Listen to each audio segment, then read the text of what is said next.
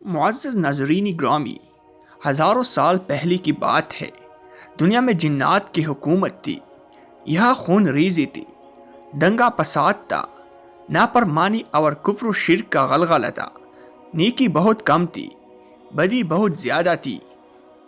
خالق کائنات نے جنات سے دنیا کی حکومت لے کر ایک دوسری مخلوق کو دینا چاہے تاکہ جنات کا غرور خاک میں ملے۔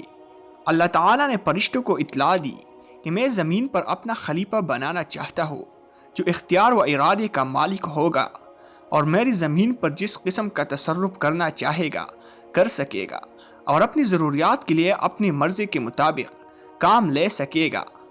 گویا اوہ میرے قدرت اور میرے تصرف و اختیار کا مظہر ہوگا۔ فرشتوں نے جب یہ سنا تو حیرت میں رہ گئی اور اللہ کی حضور بطور سوال عرض کیا، اے خدائے بے نیاز، کیا آپ ایسے کو پیدا کرنا چاہتے ہیں جو زمین کو فساد اور خون ریزی سے بھر دے گا؟ یعنی فرشتوں نے اس نئی مخلوق کو جنات پر قیاس کیا اور وہ یہ سمجھے کہ نئی مخلوق بھی جنات کی طرح بے حد سرکش اور نافرمان ہوگی۔ وہ بولی کہ ہم جماعتی ملائکہ آپ کی تسبیح و تحلیل کے لیے کافی ہے۔ ناظرین، اللہ تعالیٰ نے جواب دیا، آدم کے پیدا کرنے میں جو حکمتیں ہے تم ان سے واقف نہیں بلکہ ہم ہی خوب جانتے ہیں۔ سورہ بقرہ میں اللہ تعالیٰ نے اس بارے میں آیات نازل کی ہے۔ یہاں یہ بات قابل ذکر ہے کہ انسانوں میں بھی نافرمانی اور ظلم کا مادہ ہے، لیکن یاد رہے کہ وہ جنات کے مقابلے میں کم ہے۔ فیصد کا فرق ملحوظ رہنا چاہیے۔ یوں سمجھنا چاہیے کہ انسان ایک ایسی مخلوق ہے جو فرشتوں اور جنات کے بیچ کی معتدل مخلوق ہے۔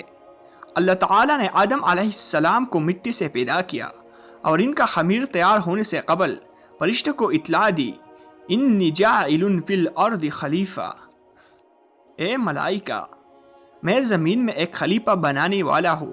آدم علیہ السلام کا خمیر مٹی سے گوندا گیا اور ایسے مٹی سے گوندا گیا جو نئی تبدیل قبول کرنے والی تھی۔ جب یہ مٹی پختہ ٹیکری کی طرح آواز دینے اور کنکنانے کی لگی تو اللہ تعالیٰ نے اسے جست خاکی میں روح پونکی۔ ابھی روح ناک کی نتنوں سے داخل ہو کر دماغ تک پہنچنی ہی تھی کہ آدم علیہ السلام کو چینک آئی۔ اسی وقت آدم علیہ السلام کو اللہ پاک کی طرف سے الہام ہوا کہ اس چینک کے جواب میں الحمدللہ کہو۔ آدم علیہ السلام نے چینک لیتے ہی الحمدللہ کہا، جس کے جواب میں عرش مولا سے یرحمکم اللہ، یعنی اللہ تجھ پر رحم کرے گا، جواب آیا۔ پھر رفتہ رفتہ روح آدم علیہ السلام حضرت آدم علیہ السلام کی تمام جست خاکی میں سرایت کر گئی۔ یوں وہ مٹی کا پتلا یک بیک گوشت پوست ہڈی پٹی کا زندہ انسان بن گیا اور ارادہ، شعور، حس، عقل اور وجدانی جذبات و کیفیات کا حامل نظر آنے لگا۔ ناظرین، پھر اللہ تعالیٰ فرماتے ہیں وَعَلَّمَ آدَمَ الْأَسْمَاءَ كُلَّهَا، اور اللہ تعالیٰ فرماتے ہیں آدم کو اللہ نے سارے نام سکھا دی۔ پھر اللہ پاک نے فرمایا أَنْبِئُونِي بِأَسْمَاءِ هَؤُلَاءِ، یعنی اے ملائکہ ان چیزوں کے نام بتاؤ۔ فرشتوں کو بھی خبر تک نہ تھی کہ ان چیزوں کے کیا نام ہے۔ کائنات کی تمام اشیاء فرشتوں کے سامنے پیش ہے اور ان کی نام ان معصوموں سے دریافت ہو رہی ہے۔ کیوں؟ یہ صرف آدم علیہ السلام کی اعزاز بڑھانے کے لیے۔ چنانچہ اس عظیم سوال پر سارے فرشتے عاجز ہوئی اور سب نے انکسارے سے عرض کیا، اے پاک پروردگار، تیری ذات خوب واقف ہے کہ ہم ان چیزوں کے نام نہیں جانتے، تو بس وہی علم ہے جو تو نے ہمیں عطا کر رکھا ہے، یعنی ذکر خدا اور تسبیح الہی، اور فی الحقیقت تو ہی سب چیزوں کا جاننے والا ہے اور بڑا حکمت والا۔ طب، انجینئرنگ، ہندسہ سب علوم دے گئی۔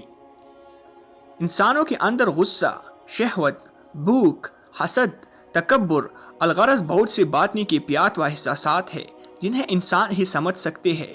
فرشتوں کے اندر وہ فیلنگز یا جذبات نہیں ہے، اسی لیے وہ اس کے نام اور کیفیات بتا بھی نہیں سکتے۔ بہرحال حضرت آدم علیہ السلام کو صفت علم سے اس طرح نوازا کیا گیا کہ فرشتوں کے لیے بھی ان کی برتری اور استحقاق خلافت کے اقرار کے علاوہ چارہ کار نہ رہا، اور یہ ماننا پڑا کہ اگر ہم زمین پر اللہ تعالیٰ کی خلیفہ بنائے جاتے تو کائنات کی تمام بیدوں سے نہ آشنا رہتی۔ اللہ نے کہا، آدم تم ان کو ان چیزوں کے نام بتا دو۔ چنانچہ جب اس نے ان کے نام ان کو بتا دیے تو اللہ تعالیٰ نے فرشتوں سے کہا، کیا میں نے تم سے نہیں کہا تھا کہ میں آسمان اور زمینوں کے بیچ جانتا ہوں، اور جو کچھ تم ظاہر کرتے ہو اور جو کچھ چھپاتے ہو مجھے اس سب کا علم ہے۔ ناظرین، جب حضرت آدم علیہ السلام کی علمی برتری تمام جنات و ملائکہ پر اشکارا اور ظاہر ہو گئی تو اب آدم علیہ السلام کا اعزاز اور بڑھا۔ پھر اللہ تعالیٰ نے فرشتوں کو حکم دیا، اسجدوا لآدم فسجدوا الا ابلیس، آدم علیہ السلام کو سجدہ کرو، تو فوراً تمام فرشتوں نے تعمیلی ارشاد کی اور سجدہ میں گر پڑے سوائے شیطان کی، وہ سجدے میں نہ جھکا۔ اس سے متعلق قرآن میں متعدد بار آیات آئے ہیں۔ سورہ اعراف میں ہے، اور ہم نے تمہیں پیدا کیا، پھر تمہاری صورت بنائی، پھر فرشتوں سے کہا کہ آدم کو سجدہ کرو، چنانچہ سب نے سجدہ کیا سوائے ابلیس کی، وہ سجدہ کرنے والوں میں شامل نہیں ہوا۔ سورہ الحجر میں ہے، جس کا ترجمہ یہ ہے، ہم نے انسان کو سڑی ہوئی گارے کی کنکناتی ہوئی مٹی سے پیدا کیا، اور جنات کو اس سے پہلے ہم نے لو کی آگ سے پیدا کیا تھا، اور وہ وقت یاد کرو جب تمہارے پروردگار نے فرشتوں سے کہا تھا کہ میں گارے کی کنکناتی ہوئی مٹی سے ایک بشر کو پیدا کرنے والا ہوں، لہٰذا جب میں اس کو پوری طرح بنا لو اور اس میں اپنی روح پونک دو تو تم سب اس کے آگے سجدے میں گر جانا۔ چنانچہ سارے کے سارے فرشتوں نے سجدہ کیا سوائے ابلیس کی کہ اس نے سجدہ کرنے والوں میں شامل ہونے سے انکار کر دیا۔ سورہ کہف میں اللہ تعالیٰ فرماتے ہیں، جس کا ترجمہ یہ ہے، اور وہ وقت یاد کرو جب ہم نے فرشتوں سے کہا تھا کہ آدم کے آگے سجدہ کرو، چنانچہ سب نے سجدہ کیا سوائے ابلیس کی کہ وہ جنات میں سے تھا، چنانچہ اس نے اپنے رب کے حکم کی نافرمانی کی۔ کیا پھر بھی تم میری بجائے اسے اور اس کی ذریت کو اپنا رکھوالا بناتے ہو، حالانکہ وہ سب تمہارے دشمن ہے۔